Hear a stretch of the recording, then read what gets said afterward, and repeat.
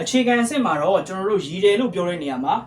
LAUGH left ရေမောတယ်ဒီစကားလုံးကိုသိထားရင်ကျွန်တော်လုံလောက်တယ်ပေါ့နော်ဒါပေမဲ့ကျွန်တော်တို့အဆင့်မြင့်လာတဲ့အခါကိုက B2 C1 level လောက်ကိုရောက်လာတဲ့အခါမှာတော့ဒီလိုမျိုး usage တွေကိုထပ်ပြီးတော့လေ့လာဖို့လိုအပ်ပါတယ်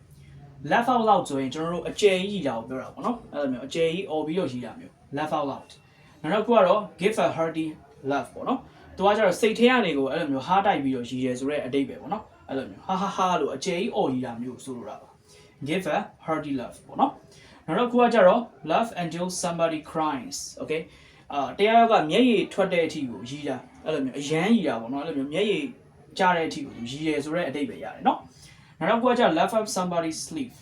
okay သူ့ရဲ့အတိတ်ပဲရကြတော့ခိုးပြီးတော့ရည်တာအဲ့လိုမျိုးကြိတ်ပြီးတော့ခိုးပြီးတော့ရည်ရဲဆိုတဲ့အတိတ်ပဲရတယ်ပေါ့နော်အဲ့လိုမျိုးနောက်တစ်ခုကကျတော့ giggle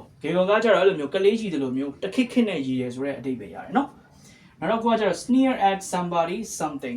okay sneer at ဒီ sneer ရဲ့အဓိပ္ပာယ်ကကြတော့ကျွန်တော်တို့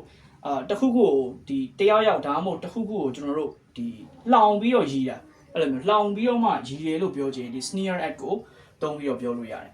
နောက်တစ်ခုကကျတော့ laugh uproariously သူရဲ့အဓိပ္ပာယ်ကကြတော့ခွတ်ထိုးခွက်လန်ရည်တယ် okay အရန်ရည်တယ်ဆိုတဲ့အဓိပ္ပာယ်ပေါ့နော်ခွတ်ထိုးခွက်လန်ရည်တယ် laugh uproariously နောက်တစ်ခုကကျတော့ burst into laughter ဒါမှမဟုတ် burst out laughing ဒါမှမဟုတ် crack upရုပ်တရက်ကြီးអော်ပြီးတော့ရည်လိုက်တာပေါ့နော်အဲ့လိုမျိုးဒီဟာသားတစ်ခုခုကြားလိုက်လို့အဲ့လိုမျိုးရုပ်တရက်ကြီးអော်ရည်လိုက်တာမျိုးကျွန်တော်တို့ပြောချင်တဲ့အခါဒီအသုံးပုံစံသုံးခုကိုပြောလို့ရတယ်နော်နောက်တစ်ခုကကျတော့ chuckle ရဲ့အဓိပ္ပာယ်ကကျတော့ကျွန်တော်တို့တိုးတိုးလေးနဲ့ညင်ညင်တာတာလေးရည်တာကိုပြောတာပေါ့နော် chuckle